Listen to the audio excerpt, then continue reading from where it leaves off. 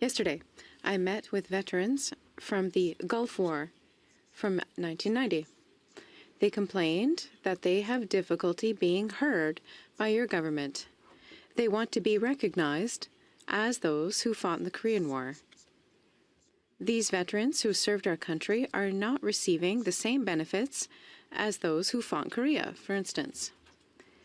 One lost a leg in a mission and was not compensated the same way as if it had happened during the Korean War. Isn't it shameful that all of the men and women who are sent to fight for us during conflicts, this certainly is not going to help with recruitment and motivation?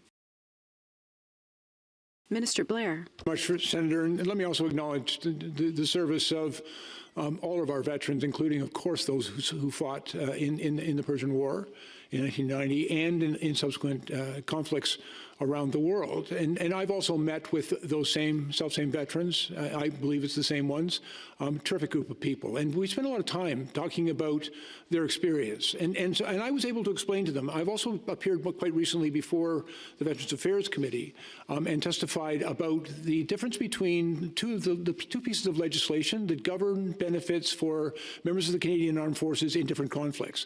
The former Pensions Act, which applied to those veterans who fought in the First, Second, and Second World War and the Korean conflict, were in fact under what is called the Pensions Act. There was also legislation passed in 2006 that it's essentially the Veterans Benefit Act.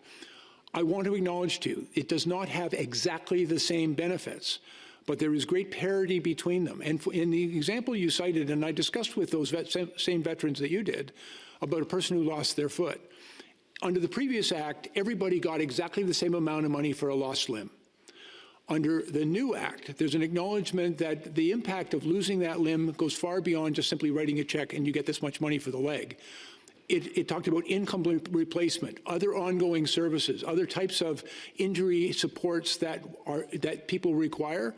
And so it's not exactly the same, but there is great parity. And if there is disparity in how we treat those people, there are mechanisms.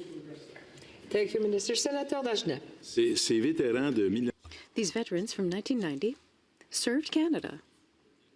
Don't you find it ironic that their name doesn't appear on our monument for our war heroes, just as the veterans from the Korean War do?